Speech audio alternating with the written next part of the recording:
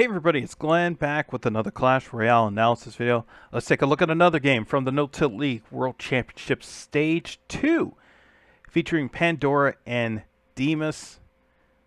Winner of this game joins Boss and Jupiter King to get into Stage 3. We've already broken down those games. And anytime we get a Mortar game, we got to break it down here, as we're going to see in just a moment, with Dimas, who brings out the Mortar early against Ice Witch. So he knows that Pandora has either some form of a control deck or Ice Bow, as some people are calling it Ice Rocket. And Pandora's trying to stop this with Tesla. Here comes Prince. And the Mortar doesn't get any damage on the tower. But this is a really good play to bring in the Prince, because that puts immense pressure on Pandora to stop it. So the Prince didn't get to the tower, but Pandora had to really worry about what was happening with that Prince right there.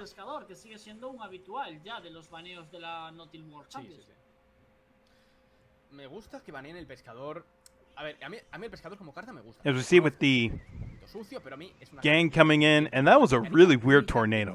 I think perhaps Pandora would have just cycled through to something else, but Dimas gave him the opportunity to play a tornado, so he goes with Dimas goes with a Mortar again, and here comes the Expo that stops the Prince and gets the Mortar down. So good defensive Expo, but it's within range of a fireball.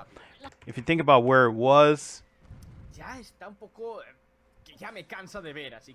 it gets placed right here. Perhaps it could have been placed a little bit higher over here. It would have been sniped by something if Dimas wanted to play something else and waste more elixir. That would have put more pressure on Dimas to get it right if he did decide to snipe on the Expo here, if it was played over here. But because that didn't happen, now we can get a fireball play right here that deals damage to the Expo and to the Princess Tower. So it worked out for Dimas in the end. He gets a trade. So now that we know what both players are playing, we can wait till the end, but Pandora decides to go with a rocket now, which is really interesting, because most of the pros who have been playing Ice Bow, they usually just try to get as much damage, they try to get as much damage as possible on the tower using everybody but rocket. Then when there's a minute to go, or even when we get to double elixir, then they start using rocket.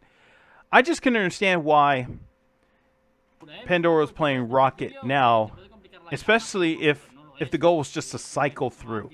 If the goal is to cycle through, there's plenty of other options in the hand. So Dimas comes in with Miner. That gets stopped mostly by the Ice Bow. Night Cycle Prince, and then we're going to start seeing some Mortar and some Expos being played, especially like right now with Dimas coming in with Mortar, and that Knight did not get there in time.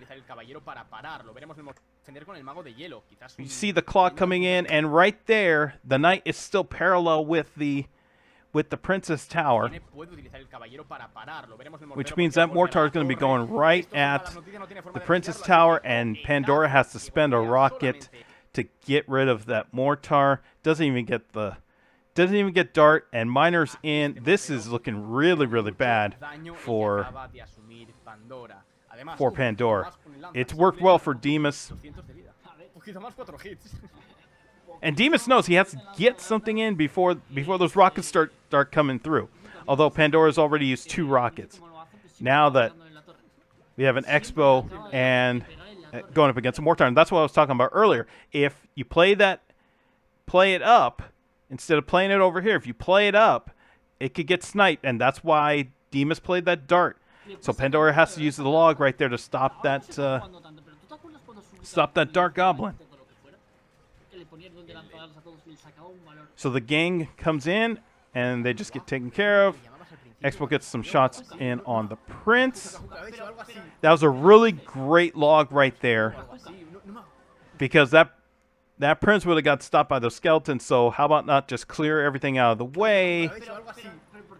So that knight takes massive damage.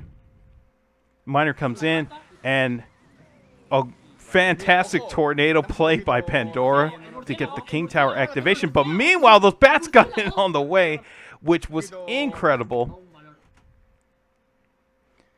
So Dimas had everything working. Despite the King Tower activation, Dimas had, I mean, just everything working for them. Prince gets massive damage on the knight. These bats come in unattended or unabated. These bats come in and finish the job there. Now everybody's focused on the knight and these, I mean, sorry, not the knight, the miner right here. This Prince is about to wipe out this Tesla with the bats. And meanwhile, this lone bat right here is like, okay, if you're not going to do anything, I'm just going to hit the tower. And Dimas keeps it up with the Mortar, so Pandora has to bring in an Expo. And again, if you play it up here, because he's trying to avoid this fireball trade that happened earlier in the game, that's a potential to get sniped. And that's why we have this dart right here. You have to play log. So Dimas is understanding how everything is playing out right here, and now he can play spots and just try to avoid the big hit. Plays a defensive Mortar.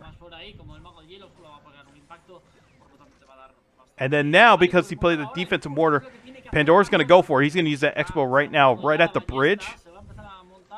And I thought, when I saw this right here, I thought, oh, okay, this is really good for Pandora, because we're about to get into triple elixir. He could start cycling through to rockets, and he's going to have to do it because he's down to 622 health on his tower here.